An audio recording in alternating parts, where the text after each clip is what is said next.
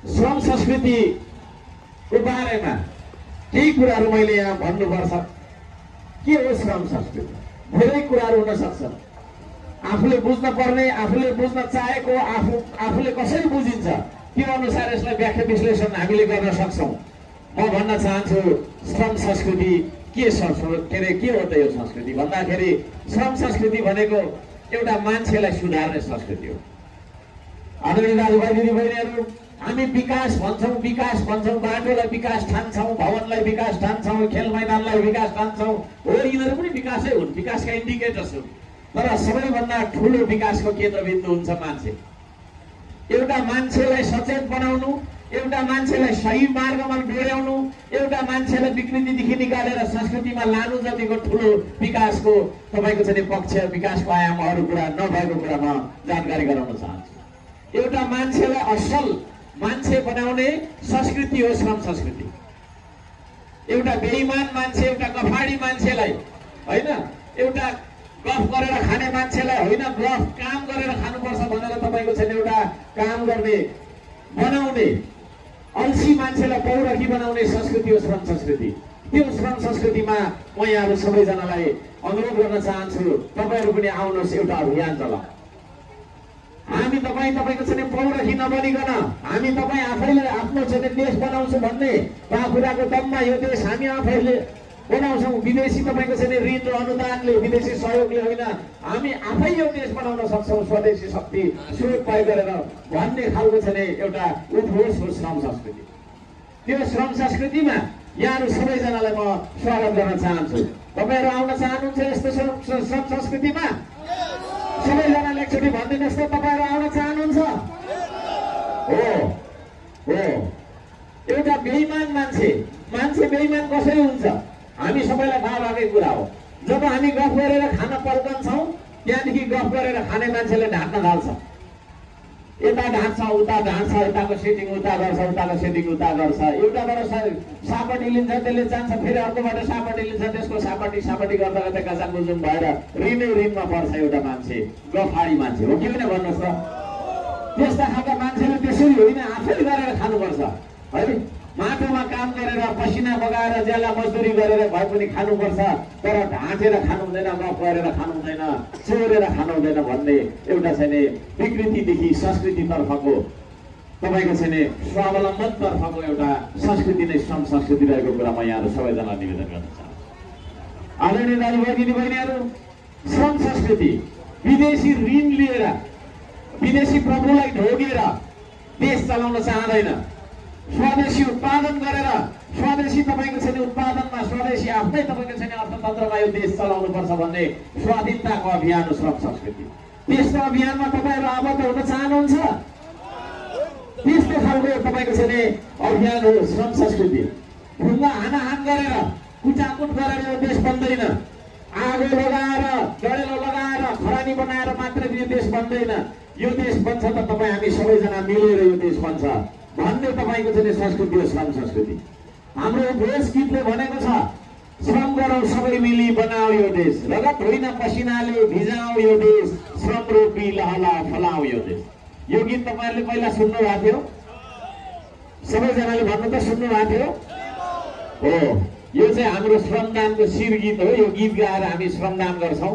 हजारौँ हजारको सङ्ख्यामा हामी सँगै बसेर काम गर्छौँ, यो देशका लागि, सार्वजनिक हितका लागि काम गर्छौँ। त्यो गीतले भने जस्तो अब रगत बगाएर देश बन्दैन, ढुङ्गा हानेर देश बन्दैन, खुट्टा तानेर देश बन्दैन है। एक लड्कालाई तपाईँको छ नि सघाएर सहकार्य गरेर यो देशका लागि पनि हामीले काम गर्नुपर्छ मिलेर। त्यसका लागि चाहिँ हामीले चाहिँ नि मिलेर यो समाज टुक्रा टुक्रा भएको यो समाजलाई पार्टीको कारणले, जातिको कारणले, धर्मको कारणले, वर्ग र व्यक्तिगत स्वार्थको कारणले फुटेको यो समाजलाई एकै सूत्रमा, एउटै मालामा जोड्नुपर्छ भन्ने मेलमिलापको तपाईँको चाहिँ संस्कृति हो श्रम संस्कृति। र यसरी यो श्रम संस्कृतिको परिचय, यसको चाहिँ अभियान लिएर हामी नेपालभरि कुदिरहेका छौँ। यही क्रममा आज हेटौडामा आएर यहाँहरूसँग भेट्ने सौभाग्य हामीलाई मिलेको छ। हामी अत्यन्तै खुसी छौँ। तपाईँहरू खुसी हुनुहुन्छ? सबैजना तपाईँहरू खुसी हुनुहुन्छ? हो। अब हामी पार्टीको कारणले, जातिको कारणले, धर्मको कारणले, यसको कारणले, त्यसको कारणले भनेर तपाईँको लडिरहनु हुँदैन। त्यो सबै विदेशी चाल हो है। एउटा पार्टी खोलिएको छ, अर्को पार्टी खोलिएको छ, फेरि तपाईँलाई प्रश्न गर्न मन लाग्यो होला, तैँले त पार्टी खोलेर आएछस् भनेर प्रश्न गर्न मन लागिसकेको होला। तर यो पार्टी एकताको कुरा गर्छ, राष्ट्रियताको कुरा गर्छ। मैले अघि भर्खर भने हाम्रो यो पार्टीमा नेता पनि छैन, कार्यकर्ता पनि छैन, कोही कसैको नेता होइन। यहाँ सबै हामी श्रमदाता हो, देशको लागि श्रम गर्छ। अर्को यो हाम्रो पार्टीमा हाम्रो पार्टीको झन्डा हुँदैन। यहाँ झन्डा देख्नुभयो कुनै? श्रम संस्कृति पार्टीको बेग्लै झन्डा छैन। हाम्रो चुनाव चिन्ह चाहिँ छ, त्यो कार्डमा ल्याउनु भएको छ। हामी राष्ट्रिय झन्डालाई नै आफ्नो चाहिँ नि झन्डा सम्झेर यसलाई नै तपाईँको चाहिँ लिएर हिँडिरहेका छौँ। पार्टीको झन्डा बोकेर हिँडिसकेपछि आफ्नो पार्टीको यति धेरै भक्तिभाव हुँदो रहेछ, देशको भक्तिभाव त केही लाग्दैन रहेछ। भागमा जाए देश, मेरो पार्टी भाइ भइगयो भन्ने खालको त्यो झन्डा पक्रेर बसिरहेको कारणले गर्दाखेरि हामी पनि फेरि त्यही खालको नबनाउँ भनेर हामीले यहाँनिर तपाईँको आफ्नो पार्टीको झन्डा राखेको छ। त्यसो भएको कारणले गर्दाखेरि म सबैजनालाई भन्न चाहन्छु, यहाँहरू सबैजनासँग मिल्न चाहन्छ। श्रम संस्कृति यो देश बनाउनका लागि सँगै मिलेर काम गरौँ भन्छ श्रम संस्कृति। यो श्रम संस्कृतिले यो देशलाई बचाउनुपर्छ भन्छ। महाकालीमा सीमा मिचिँदाखेरि हेटौडाको खोलाबाट ढुङ्गा पास गर्दै लगेर त्यहाँ पर्खाल लगाउनु पर्छ कि पर्दैन? त्यो पर्खाल लगाउने अभियान चलाउन चाहन्छ श्रम संस्कृतिले। त्यो श्रम संस्कृतिको अभियानमा, यो देशको सिमाना बचाउने अभियानमा तपाईँहरूले साथ दिनुहुन्छ? पक्का दिनुहुन्छ? यो देशको स्वाधीनता बचाउन चाहन्छ श्रम संस्कृति। यो देशमा विदेशीका हाली मुहाली र विदेशीको तपाईँको छैन अनेक थरीको षड्यन्त्र, त्यो षड्यन्त्रहरूको अन्त्य गर्न चाहन्छ श्रम संस्कृति। यो देशलाई स्वाधीन बनाउन चाहने श्रम संस्कृतिमा तपाईँहरू जोडिन चाहनुहुन्छ? म प्रश्न गर्न चाहन्छु, सम्पूर्णलाई प्रश्न गर्न चाहन्छु, तपाईँहरू जोडिन चाहनुहुन्छ? यदि चाहनुहुन्छ भनेदेखि साँच्चै नै अब हामी यो देशलाई बनाउने दिशातर्फ अगाडि बढ्नेछौँ। यहाँहरू सबैजनासँग मिलेर काम गर्न चाहन्छु म, हामी काम गर्न चाहन्छौँ। यो श्रम संस्कृति चाहिँ अर्को सम्मानको रहेछ, एक दुईजना साथीहरूको रहेछ नभन्नु, यो श्रम संस्कृति तपाईँको संस्कृति हो। जनसङ्ख्यालाई जनशक्तिमा रूपान्तरण गर्ने अभियान हो के अरे तपाईँको छैन यो हाम्रो चाहिँ श्रम संस्कृति। हामी अहिले जनसङ्ख्याको रूपमा मात्रै छौँ, हामीलाई केही पनि गर्न आउँदैन। हामी यहाँ थुप्रै पढेको मान्छे होलौँ होइन, हामीलाई तर केही पनि गर्न आउँदैन। गफ गर्नु चाहिँ थुप्रो आउँछ। यो माइक मैले छोडिदियो भने मभन्दा मिठो, मभन्दा लामो यहाँ सबैले गर्नुहुन्छ होला भाषा। ज्ञान मात्रै भयो, हाम्रो यत्रो भयो ठाउँको है, हात खुट्टा सानो भयो, हात खुट्टा चलाउँदैनौँ नि त हामी, काम गर्छौँ त? काम गर्दैनौँ। काम नगरिसकेपछि तपाईँको यहाँ टाउकोमा भएको ज्ञान केही पनि होइन। त्यो जब तपाईँको टाउकोमा भएको ज्ञान तपाईँ बोल्नुहुन्छ त्यसले केही गर्छ, जब त्यो बोलीलाई काममा परिणत गर्नुहुन्छ त्यसले केही गर्छ, र त्यो कामले जब परिणाम ल्याउँछ अनि मात्रै त्यसलाई चाहिँ तपाईँको केही हो भन्न सकिन्छ। त्यसले गर्दाखेरि यो देशमा परिणाम ल्याउन सक्ने, जनशक्ति निर्माण गर्ने अभियान हो श्रम संस्कृति। यो श्रम संस्कृति जनसङ्ख्या मात्रै होइन, जनसङ्ख्यालाई जनशक्तिको रूपमा सिपद्वारा, श्रमद्वारा, गफले होइन कामले है, तपाईँको चाहिँ भाषणमा होइन फिल्डमा, जमिनमा गएर काम गर्ने चाहिँ संस्कृति हो श्रम संस्कृति। त्यो श्रम संस्कृतिमा यहाँ सबैजनालाई म स्वागत गर्न चाहन्छु। र यसरी हामीले श्रमलाई, श्रमिकलाई हेला गरेको देश हो यो। तपाईँहरूलाई लाग्छ कि लाग्दैन? लाग्छ कि लाग्दैन? मैले बारम्बार भन्दै आएकै कुरा हो। काम गर्ने भन्ने बित्तिकै सानो भइहाल्नु पर्ने। काम गर्ने त सानो हो है, किसान सानो हो, मजदुर सानो हो, काम गर्ने सानो हो। ठुलो चाहिँ को त भन्दाखेरि घुम्ने कुर्सीमा सिसाको अफिसमा घुम्न पायो भने त्यो चाहिँ ठुलो हो।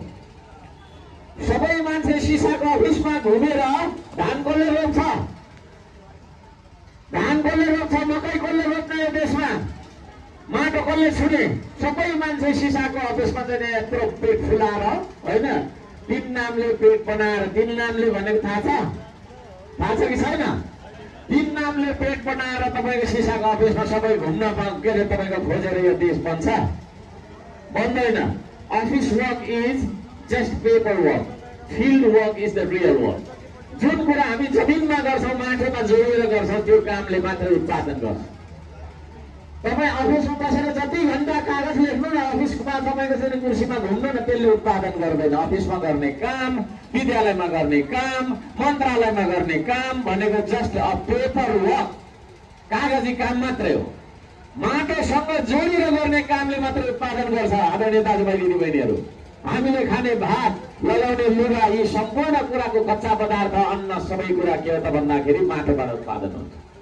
माटो छुने मान्छे चाहिँ सानो, माटो छुने मान्छेलाई चाहिँ परजाय भनिहाल्नु पर्ने। श्रम गर्ने मान्छेलाई तपाईँको चाहिँ हेला गर्ने समाज, नेपाली समाज अझैसम्म सच्चिएको छैन।